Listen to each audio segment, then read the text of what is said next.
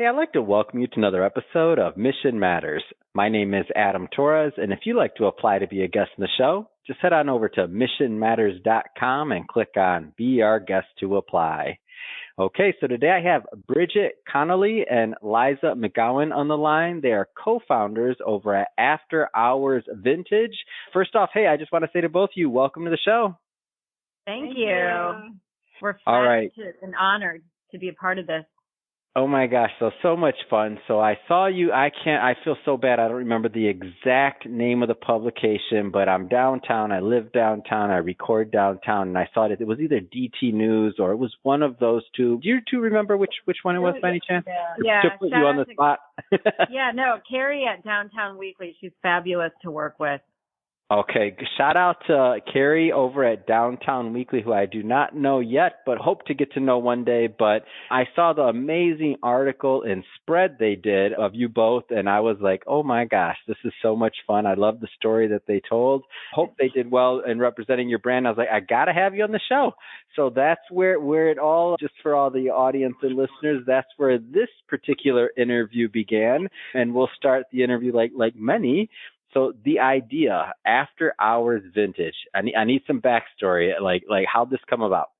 So it was like right after the pandemic. I think we kind of lived like on the outskirts of the Hollywood Hills, and we were walking one day and we came across an estate sale. And it wasn't being advertised or anything. It was just the family had come from Europe and they were just in there selling their parents' memorabilia and things, like they're like 100 years of their lives. And so we just kind of strolled in and checked it out, and everything in there was just fabulous. And the family was really welcoming, and one of the daughter of the woman who had passed away, she was an opera singer, and then her daughter was there helping, and yeah, we got some cool stuff, but then like stayed long enough to get to know them and just liked the family. So we went back a few more days. Yeah. So we basically kept going back because it was just so much fun and so interesting. And anyway, we basically ended up helping with the sale, and one of the homeowners who was like 100 years old when he died was Art Babbitt, he was like one of the guys that was up against Walt Disney. He was one of the original animators with Disney, and then they parted ways when they were making Alice in Wonderland. Yeah. He created the goofy character. Anyway, we ended up getting to like hold the sketches of the original Alice in Wonderland and like the two animation cells. Yeah, it was crazy. And anyway, it was like this one thing we stumbled upon happened to be like a week of our lives, and then we missed it after it was done. And I think I ended up getting bed bugs after that from like something I brought home. But that was like the gift I kept on giving.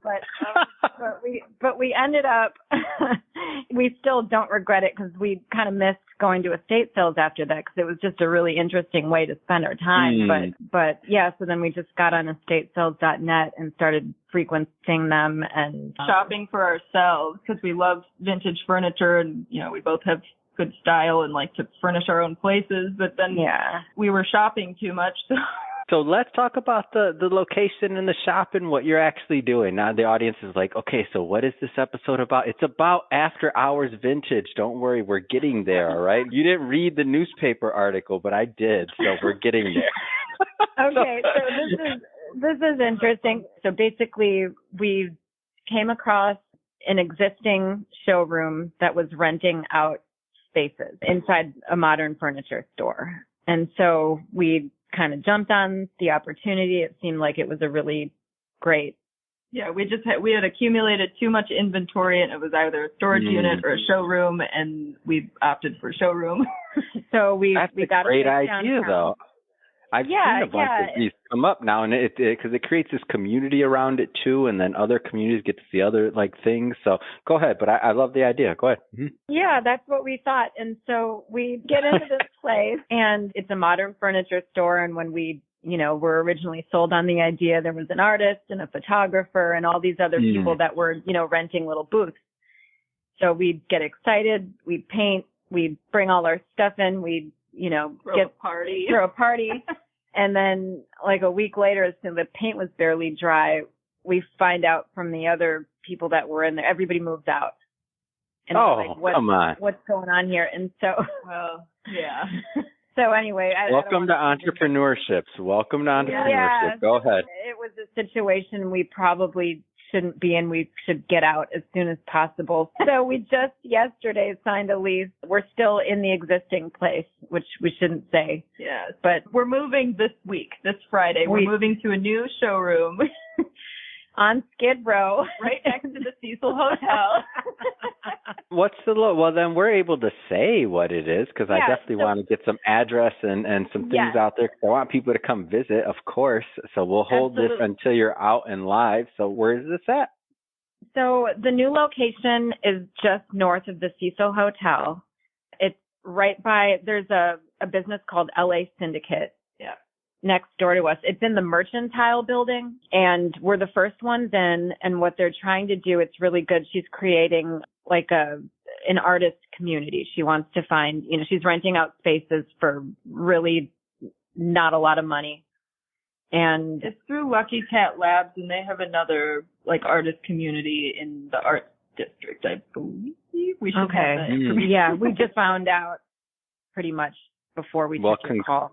Well, hey, we're breaking news here. That's the way it is in media, okay? So, like, get some smiles over there. Breaking news. First to hear on a first podcast interview there. Hey, the Downtown News doesn't have that one. No, I'm just playing. No, they're amazing. I'm just playing. Yeah, it's going to be really cool. They're going to have, participate in the art walk, and they've got a huge community space. Like, they really, so what we're doing is we want to be, part of, I don't want to say gentrification. That's bad. Revitalization. Let's revitalization. Revitalizing downtown. Come on. I'll give you some PR training over here on this one. Well, we don't want it gentrified because we can't afford gentrified prices. Yeah, we get kicked out. I know. You don't want to. Let's follow this one. You don't want to be gentrified. No, I can't even do it. I can't. I give up on. I give up on that wordplay. A better podcaster than myself would have made that really funny, but I can't. It's too many. Yes, revitalizing is a great word. It's. Since the pandemic, it's slowly but surely downtown is kind of coming back to life. So we definitely want to be a part of that and be involved in the community. Yeah, we love the people that we've met through, just since we've had our business. It's been really cool to get to meet all the people we never would have met if it weren't for so many cool creatives doing things we had never thought of. Yeah.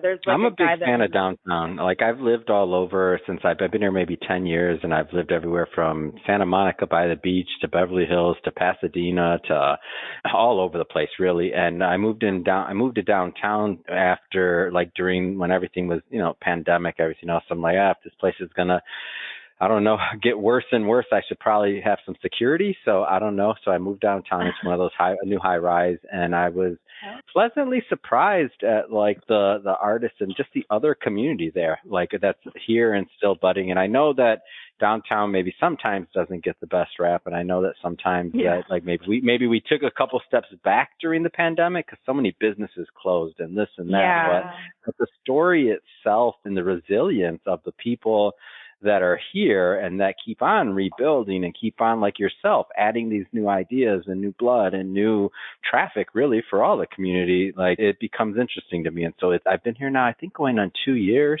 and it's definitely carved out a little special place for me because I've been all over the place, and the people I've met here though is amazing. And I think the concepts that come out, they're different. Like they're not that I have anything wrong with LA concepts, I mean, in general, but it definitely is distinct, I would say, from some other areas. And if people want to have a different flavor or a different experience in LA, I always tell people like, come visit over here. There's a bunch of little pockets and areas you may want to check out. Other than just the Staples Center, or the formerly known as Staples Center, whatever we want to call it. I don't know. It's always Staples Center to me. So I don't know. I love, like, the restaurant scene is so great. And like, I worked at a couple French restaurants during the pandemic downtown, and it was... Which was one that you got kicked out of? Are we allowed to say that? Or what? Both of them. I Because one of them just changed their menu, and I swear it's like Italian something. I looked at the menu, and I was like, this isn't even a French restaurant anymore. What are you talking about? They have like escargot, and they have one French like thing on there, and it's like, you don't get to call yourself a fresh restaurant because you have escargot on the menu. Like, I'm sorry. Go with it. Sorry, that was a little pet peeve of mine. They changed everything. I was like, it's not what it was. Go ahead. Both restaurants are great, and it was a really good experience. But what I was trying to say is that I loved, the people that came in. I've lived in, a bunch of different areas of the city, and I decided after working at those places that I wanted to move downtown because I loved, like, the people were like New Yorkers. You have to have some grit to be down here. Yeah, and it keeps the Alu yoga people from Santa Monica out. Yeah, is what the crack dealers do, and they can come buy our furniture, but yeah, but they don't want our furniture. They want restoration hardware. But anyway, we just I connected with downtown through working at those restaurants, and it was really great. So the Vision, I know your new location, Vision, After Hours Vintage. By the way, website for everybody that's been listening to this, afterhoursvintagela.com. Check it out. Of course, let me throw in the plug there. But what's the vision going forward? Not asking you to have the crystal ball, but I know a new location, new community. What's next? We got to paint the floor tomorrow. We need to. Yeah. No, I'm just kidding. Yeah. Right now, we're at the part where we're trying to just get out of the other space. Yeah. With a clean break. New showroom, connecting with more creatives, and we have a collaboration with a vintage fashion stylist. Oh, shout out to Quirk, Melinda at Quirk. She's great. She's over on Spring and 9th. And she's got a little vintage shop. We're going to do a shoot with her. We want to start doing more. We'd love to be doing music videos and like set design. We just want to work with other creatives. Yeah, like get into that scene in addition to the showroom, but kind of build out from there and do more styling and set design. And we're going to be doing, like hosting parties and partnering with LA Syndicate and whoever else moves into the mercantile. Yeah. Is it mercantile or merchantile? Mercantile. It's mercantile. Okay, we don't know. We can't even pronounce the place that we're gonna lab that we're gonna move into. Yeah. She's like, should we reschedule the interview? No. I'm like, no, let's do it. And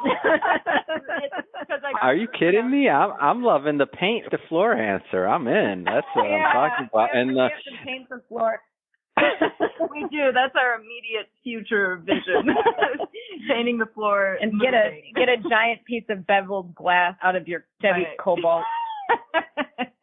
Hey, this is a entrepreneurs podcast, just so you know. So everybody listening right now, hey, they've been there. They're doing it. Like, this is entrepreneurship is not easy. For anybody that says it is, I don't know who you are. I don't know where you're from or what planet. You're from planet Elon, maybe, but he doesn't even claim it's easy, so I won't even say that. So it's not easy. So that being said, ups, downs, and everything else, what keeps the two of you in it? In what? In the business. Oh, in the business. Entrepreneurship, chasing the dream, keeping going. Like, what keeps the two of you in it? Kicked out of the restaurant. No, I don't know. No, I'm too old to have a regular job at this point. Oh my gosh, this is the best. No, we're both struggling writers. We're trying to sell a TV show, and we're thinking, we need to make money in the meantime. Yeah. And so what are we going to do? Let's start a business. And just think every penny that we don't have into it, and then we'll sell TV shows. But at the end of the day, we're good at it. Yeah, that's amazing. We're good with people. We haven't figured out the money part yet. Most of the time, we like each other. Yeah. Yeah. Oh, I think you two might have just surpassed one of my favorite answers before, which is, do you remember Mrs. Fields, like those cookies? Do you remember that, like in the mall, when you go in the mall and you maybe see those cookies that smelled good? I don't know. I grew up with them. I'm from the Midwest. But Mrs. Fields cookies, do you remember those or no? I remember. I don't think I've ever had one, but I've heard of them. I remember them. She likes sweets a lot. So I had Mr. Fields, so the gentleman that was Mr. and Mrs. Fields, so the real Mr. Fields was on the show, and he said that I asked him, what makes an entrepreneur, whatever, like the same type of question I just asked you, and he says, he stops for a moment, and I thought this guy's going to be all like super positive, this, that, whatever. He says, I think you have to be mentally ill. Yeah, I mean, I'm like, you're Mr. Fields. How could you say that? You're like my cookie hero. But now your answer, I think I'm too old to have a regular job. Well, a couple of them, I'm like, you have to be writers. I'm like, that's amazing. I mean, maybe I worked for Delta for a long time, and it was one of those jobs where it was like I was ready to drive a jetway into a plane, and like at full speed. And I know that I would just end up doing that if I had to go work for someone else and have someone tell me that my skirt's too short and my heels are too high. I can't have anybody telling me what to do at this point. Bridget's been saying that she needs to work for herself the whole time I've known her. So making it happen now. Yeah, exactly. It'll be fine. We're going to be okay. I'm waiting for this show to be, now here's the question. Is there going to be another party for this launch, or what's going on there? We're thinking about, we want one for like Valentine's Day. If we can pull it together. But yeah, we'll have the paint. Man, that's ambitious. This is January 30 for everybody when we're recording this. That's super ambitious, but my props to pulling that one. Yeah, are you going to come to our party? Yeah. Oh, I'm in. I'm right down the street. I'm in. I'm not doing anything, so I'm in. But I just mean you're painting the floor tomorrow, or recently, or upcoming. I'm like, man, that's ambitious, and moving everything. Well, either way, I want to definitely be on the list whenever the party does happen, because I think it's awesome, and then it's an excuse to have a party. So it sounds like a plan to me, and bring people through and build the community, which is what it's all about, in my opinion, is really building the community. Yeah, that's what I mean. LA Syndicate next to us has been wonderful in welcoming us to the neighborhood, and he's done a lot. His name is Sonny, and he is really passionate about bringing the community together of downtown, and he's been a longtime resident, and we're excited to be, working with him, and he kind of knows a lot of people to bring, and, it's going to be a good collaboration. Yeah. Fantastic.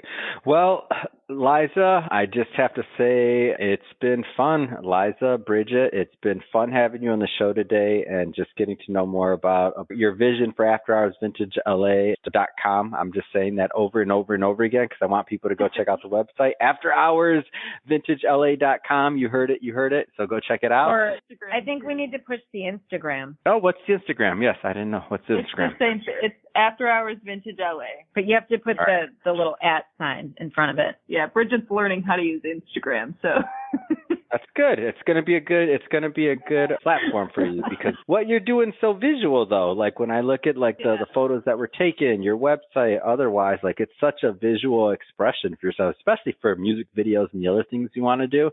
Like, I mean, what I do is boring in that sense. It's audio. Like you got to listen to it. Like No, I mean for pictures and stuff like that. Like the last thing I want to see is a bunch of pictures of me with this headset on. Like, okay, look at that. He's got his headset on that way, and look, he turned the other way in his headset. Like, no, thank you, but you could host a podcast from our new showroom. Yeah.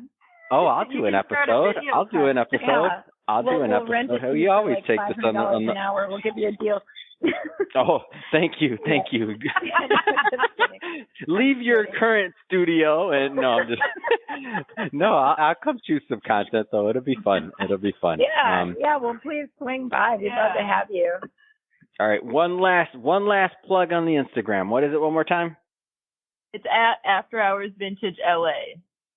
Fantastic. All right, so everybody go check that out. We'll throw some links into the show notes. And speaking of the audience, if this is your first time with Mission Matters or listening to an episode, if you haven't hit that subscribe button yet, I don't know what you're waiting for. A special invitation, please hit that subscribe button. We got many more business owners, entrepreneurs, executives, dreamers, you name it. They're coming up on the line, and we don't want you to miss a thing. Bridget, Liza, thank you again so much for coming on the show. Thank you, Adam.